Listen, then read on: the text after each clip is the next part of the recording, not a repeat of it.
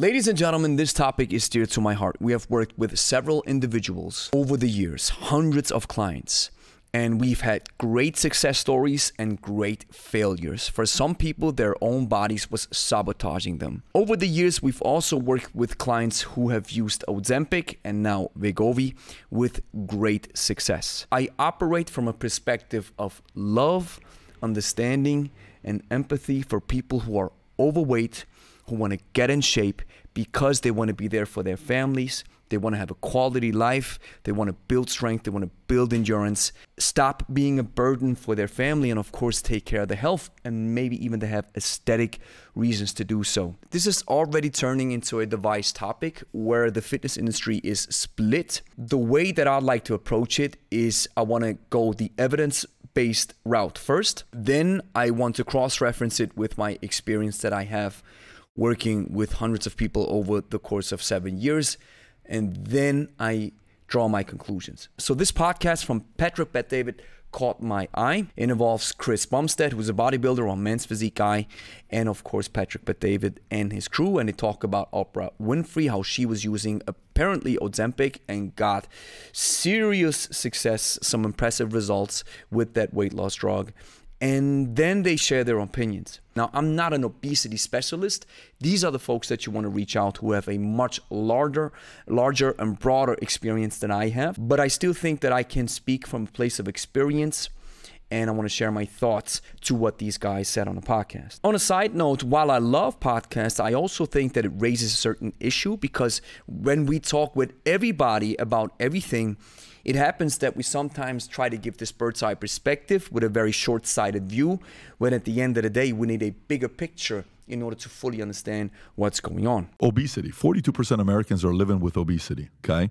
Axios. More than 4 in 10 U.S. adults are obese. That's insane when you think about a number like that, by the way. With states in the South and Midwest showing some of the highest prevalence, a new analysis that came in from NORC at the University of Chicago shows obesity is associated with hypertension, cardiovascular disease, stroke, and other conditions that are among the leading causes of preventable premature death. But strategies of treating obesity are changing, with doctors prescribing a new case of drugs in record numbers despite questions about their long-term effects. And let's talk about obesity for a second. This is such a multifaceted topic, disease, and problem all around the world.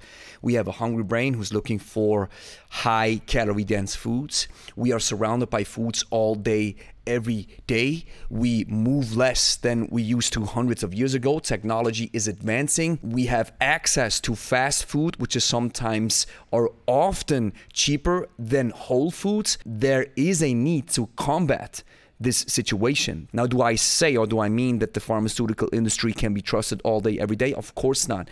But it seems to be one step in a direction that is almost needed, because otherwise we don't have a chance to go against and combat this problem. And if you are obese, you have to choose between the lesser evil. Do you stay obese and then run the risk of developing diabetes, cardiovascular disease, all these problems that are related to obesity? Or are you choosing another evil to a certain extent, with side effects, of course, a drug that can at least maybe help you get off that weight, and then you're offsetting the risk that you are experiencing if you wouldn't do anything? And there's a very tragic study that says 9 out of 10 people will never lose weight. And the recommendation that the scientists give is don't become obese in the first place. And this is impending doom for people who are already obese. So developing new strategies to help these people is, I think, a step in the right direction. But not with the pharmaceuticals only. It also has to be done with trainers, nutritionists. I call it the triangle.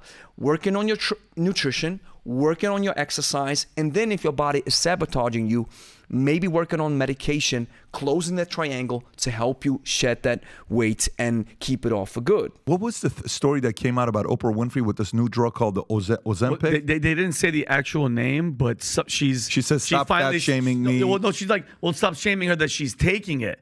Like now, because she's 69 years old. She went from Oprah. Can you show the picture of what Oprah looks like? She looked like... With the situation with Oprah, I don't know where she is. Maybe she was so chronically obese and had developed so many problems with her hormones that she needed to take Ozempic to lose weight, or to help her make sure that the efforts that she's putting in, that the body is not sabotaging herself. Because for many people who are obese for a very long time, the hormones are completely out of whack.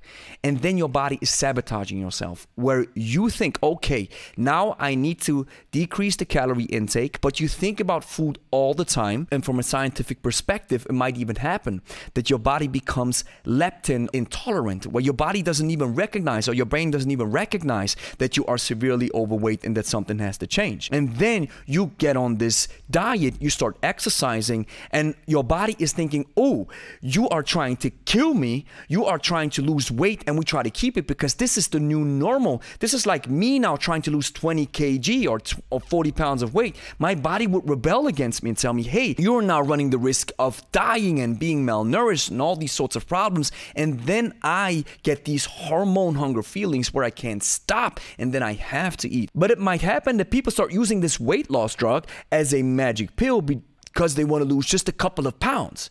And this is where I would say also, no, you don't need medication. This is just proper diet and nutrition and discipline. What's more dangerous for your body? Taking steroids to develop more muscles and increasing your testosterone, or taking drugs like this Ozempic that all of a sudden you're going to drop 40 pounds in a month? What's more dangerous for your body, you think?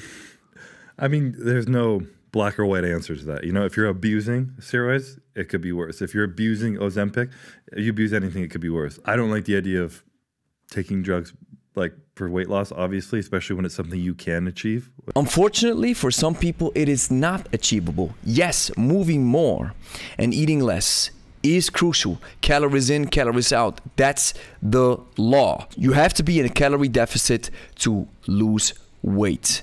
Yet for some people, their own bodies are sabotaging themselves. That is the reason why eating well and moving more alone doesn't cut it. And I have seen plenty of people who have used this, and they've used it, they've lost a lot of weight, and then they try and come off, and their appetite goes through the roof. They put all their weight back on because it suppresses your appetite. It makes it hard for you to eat. It makes you almost a little nauseous, so it's hard to eat. And then it regulates your blood sugar, so your body thinks it's getting enough nutrients in, but it often isn't. So people can be malnourished, under eating, having no appetite, taking this, lose weight, feel great, and then when they stop, that appetite comes back with a vengeance, and then they eat again and lose it, and they're like, fuck, I need to get back on that drug. And that is why many people have to unfortunately stay on that drug. Even though in our case we had one situation where she stopped taking Ozempic for 2 months and she was doing completely fine, but then she felt that something's coming back, that her hunger signals are coming back, and now she's using it to fend off these hunger signals.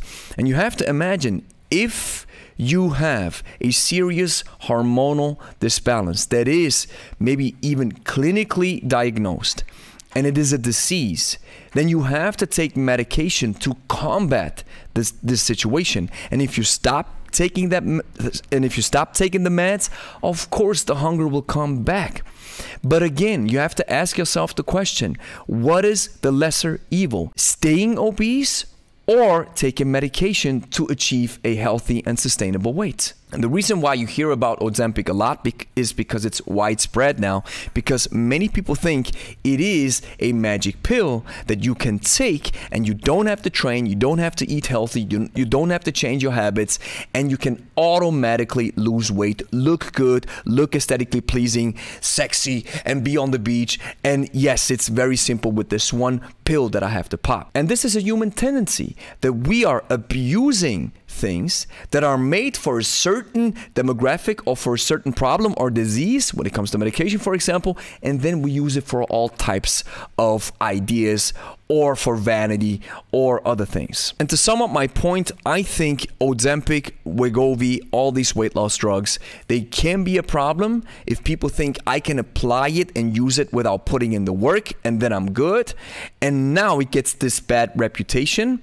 But for people who are in serious need and assistance to support their efforts when it comes to weight loss and training and eating healthy, I think it is at least least one strategy that is valuable and that has been proven to produce serious results. Here's the next thing that you have to do. Clean and press the like and subscribe button. Share with a friend who's also interested in kettlebells. And if you made it this far, download our free ebook called The Kettlebell Code. Listen, if you're over 40, 50, or 60, you have lots of demands in your life that eat away at your time. But still, you have to take care of your fitness. And I believe the kettlebell is one of the best, most valuable tools to do this, to get in shape despite being short on time. And if you want to find out more, I'll teach you how to use it with our method.